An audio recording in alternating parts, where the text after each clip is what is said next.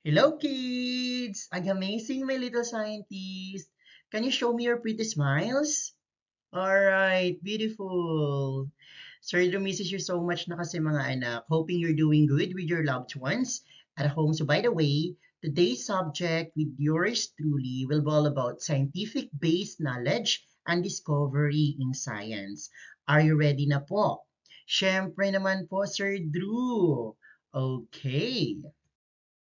If so, let's formally start our discussion with the end goal in mind that at the end of the lesson, you will be able to identify the harmful effects of changes in materials, understand the importance of knowing the effects of those changes in biosphere, and create a tangible output of your grasped knowledge of the topic learned because today's topic is about harmful effects of changes in materials. So I'm expecting a lot from you, class, that even though we're doing it virtually, you are still listening at home or in front of your screens for you to be able to do the expected output at the end of our lesson.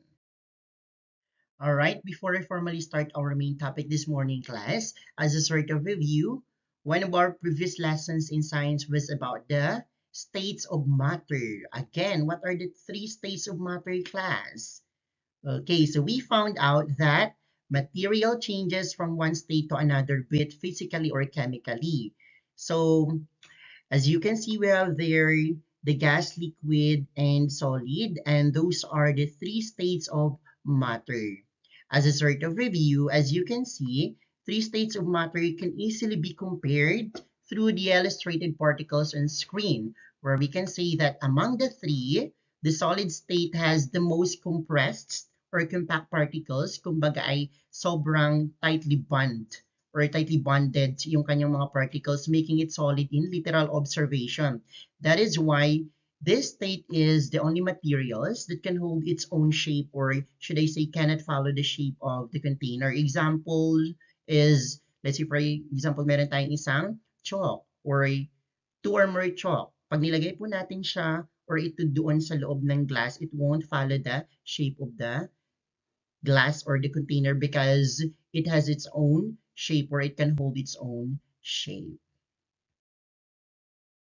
All right, before I formally start my discussion, let me first connect with you. Okay, time's up na po, class, kung connecting si Sir Drew. All right, am I still connecting? Very good.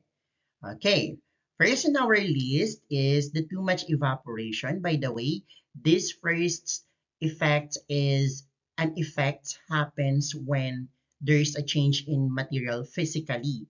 So, pag sinabi po natin class na too much evaporation, there's this called turning of water into vapor and goes up into the air like when puddles dries up in the sun, and this can have a negative impact to our surroundings. Why, Sir Andrew? Kasi pag sinabi natin class na too much evaporation, it means a lot of water is disappearing from where it should be, like from lakes, rivers, or even the soil. Kung kaya't kapag nangyari ito class, drying up of water sources and increase in droughts will occur. Bakit harmful po ang epekto nito, Sir Andrew?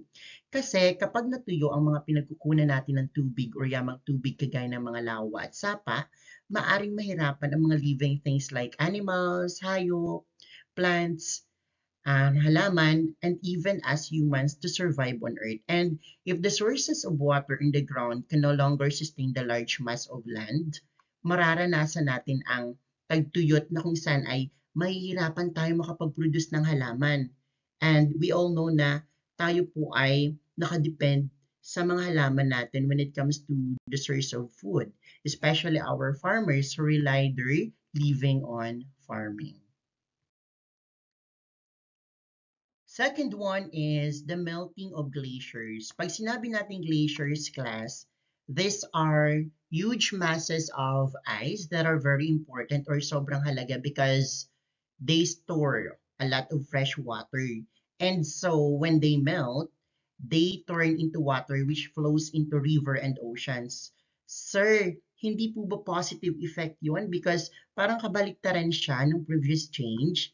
Yeah, But when glaciers melt class too fast or natunaw ng sobrang bilis, it adds a lot of water to the ocean, causing them to rise.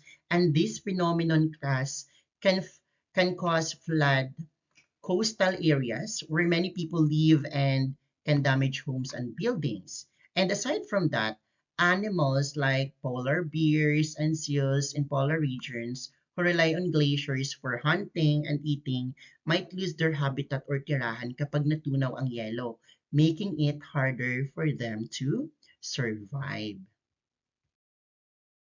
Now, let's move on to the harmful effects of chemical changes in materials because the two changes na diniscuss ko a while ago ay physical change. So this time, it involves an irreversible change in material which cannot be balik or hindi na natin maibabalik sa kanyang original composition. Samantalang pag sinabi natin physical change, this change is reversible or can be turned back to its original composition.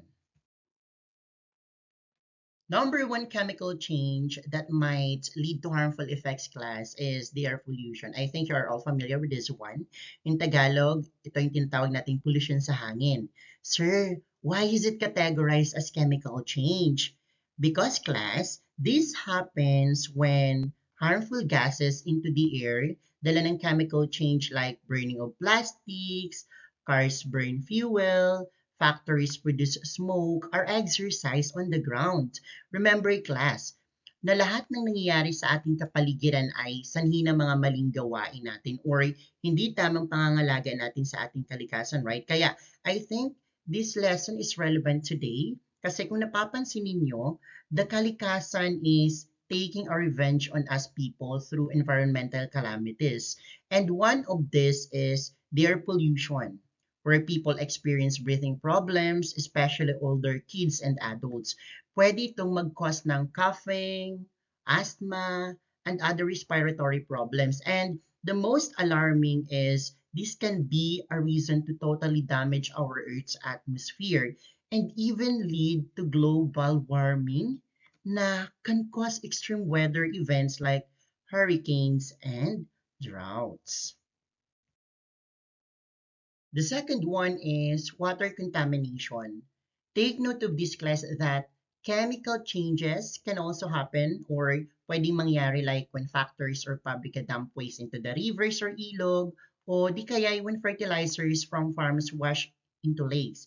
So this is the very reason why water contamination happens and contribute to health risks. Halimbawa na lang, kapag ang isang tao ay nakainom sa kontaminadong tubig, this can cause to stomach aches or pananakit ng tiyan, diarrhea, and even more serious diseases. And syempre, not only humans ang affected ng problemang ito, class, but also it can harm aquatic life such as fish or isda, frogs, mga palaka, and other aquatic animals, disrupting habitat and causing population decline. Bakit nakakatakot ito for other creatures? This can affect the balance of ecosystem and reduce biodiversity. The third one is the soil degradation.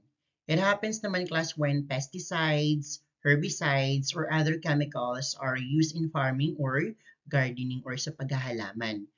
That is why if it won't be tolerated class, loss of fertility and contamination of food might be experienced.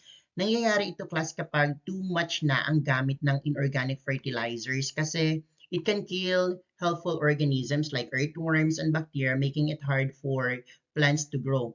And when it continuously done by farmers or even an ordinary plantito or plantita, this leads to poor crop yields and reduces the amount of food that can be grown, kaya much better na lang class na organic fertilizer ang gamitin or gawin like composting of biodegradable waste like dried leaves, paper, and other easily decomposed waste materials. Kaya sabihan nyo si nanay tatay, na yung mga tindahan or yung mga leftover foods natin, ibo na lang natin sa lupa to serve as organic fertilizer.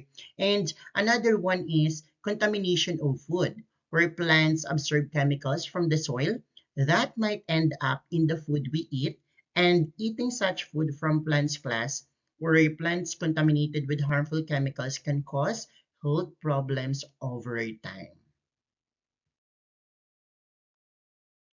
The fourth one naman class is corrosion. Siguro some of you out there class ay not familiar sa biological term na ito, di ba? Ano nga ba ang corrosion, Sir Andrew? Corrosion class is chemical change that happens when metals or yung mga bakal react with substances in the environment like oxygen or water. Halimbawa na lamang nito ang formation of rust sa metal objects or yung pagkakalawang. So when it happens, class, damage of structures, syempre ang may dudulot nito because it can weaken metal structures like bridges or tulay, buildings or gusali, and pipelines, leading to collapses or pagguho, leaks, and other accidents. Halimbawa na lang sa ating tahanan. If you have so many materials na gawa sa metal, syempre there's a tendency na it might be exposed to oxygen leading to corrosion, right? Of course, ang mangyayari, ipapa-repair mo, ipapaayos mo, and that particular situation will subject you to spend money, gagastos ka, especially if it's a critical infrastructure equipment, pwedeng costly or sobrang laking amount ng pera ang magagastos mo and of course time consuming for your part. So with that, we cannot practice practicality and that is one of the disadvantages of the so-called corrosion to us humans. The fifth one would be an acid rain. Sir, ito po ba yung pag-ulan ng asido? Alright, just kidding class. Hindi naman, grabe naman Sir Earth, pero who knows, right? Might happen in the future if not prevented early or hindi maaga. Kaya be informed always when it comes to such curiosity in mind. That's okay. That's very good mindset.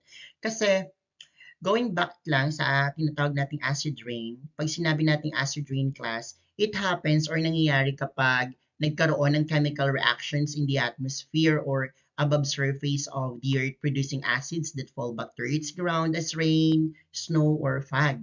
So this phenomenon class can have a negative impact to our ecosystem where plants, trees, and aquatic life by leaching nutrients from the soil are harmed or damaged. It can also erode and corrode buildings, mga gusali, and monuments or mga monumento or yung mga infrastructures dito sa ating surroundings or kapaligiran na gawa sa bato or metal, leading to deterioration and loss of cultural heritage. That's why two of the major harmful effects of acid rain are the damage to ecosystem and deterioration of buildings and monuments. So take note of these harmful effects, class. The last one is groundwater contamination. It happens naman, class, when chemicals from industrial spills, landfills, or agricultural runoff can seep into the ground and contaminate water sources. So it's very evident sa mga household na may water pump or bomba. Familiar ba kayo doon? Okay, so I think nangyayari na ito sa inyo or na-experience nyo na kung saan ay may bigla ang pagbabago sa composition ng water because of the contamination na below the ground brought by activities above the ground with the involvement of chemical processes. So this is very alarming, class, because as the earth ages, long-term environmental damage ay patuloy pa rin pong mangyayari if and only if we humans did not take action sa pag-clean up ng surroundings natin in an effective way. So always remember this, class, that these serious effects sa ating environment can be a big problem in the future. Kaya if our government's effort is not enough to solve such environmental issues, I think pwede nating simulan sa ating mga sarili mismo ang pagbabago. Are you willing to do that, class, with me? Of course, yes, because if not you, then who? And if not now, then when? Right?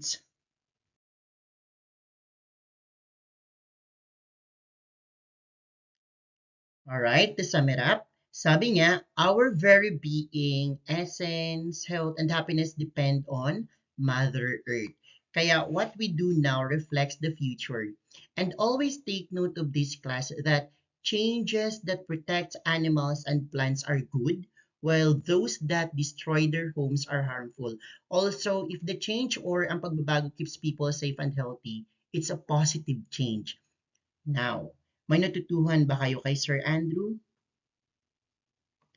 Are you still there, amazing learners? Of course, dapat lang. So yeah, that would be all our topic for this morning or today in science.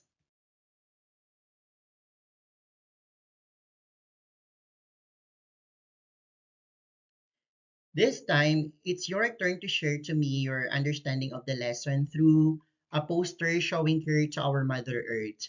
You know what? Itong topic natin ito, class, ay napaka-relevant sa nararanasang kalamidad natin because with your simple advocate or should I say step on giving awareness to young minds like you about saving our planet Earth, you can make a big difference. Kaya naman, sa isang malinis na bond paper class, gawin ang iyong poster.